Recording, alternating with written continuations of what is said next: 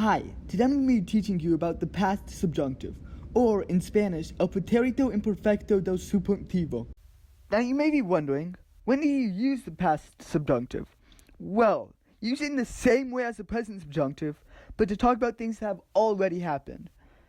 For those of you that don't know what that means, you would follow the rules of weirdo as long as it's a multiple clause sentence, or if there's uncertainty, which means that you don't know if something will happen or if something exists. So now that you know when to use the past subjunctive, I bet you want to know how to use it. All verbs in the past subjunctive have the same ending, which is important for two reasons. One, that means that there's no irregular endings. And two, that means that all AR, ER, and IR verbs have the same ending. So, what are the endings? They are ra, ras, ra, ramos, and ron. So now that you know how to make the endings, you need to know how to make the stems. There are 3 steps. First, you have to find the aorist predicate form. Second, drop the ron ending. And third, add the past subjunctive ending. There is one weird thing about the stems, and that is the nosotros form. Every time, the nosotros form will have an accent.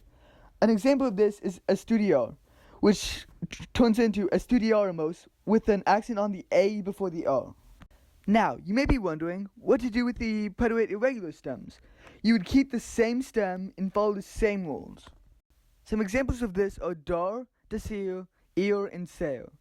Dar becomes dieren in the predicate, which means that in this past subjunctive it becomes diera, dieras, diera, dieramos, and dieren.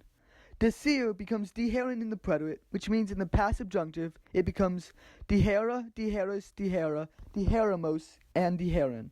Finally, ir and ser both become fueran in the predicate, which means in the past subjunctive they become fuera, fueras, fuera, fueramos, and fueran. Another weird thing that can happen in the predicate is that the IO stem changes and the spelling changes. Again, you would follow the same rules and keep the spelling change. Some examples of this are repetir and oyer. Repetir would become repetieren in the predicate, which means it changes to repetiera, repetieras, repetiera, repetieramos, and repetieren.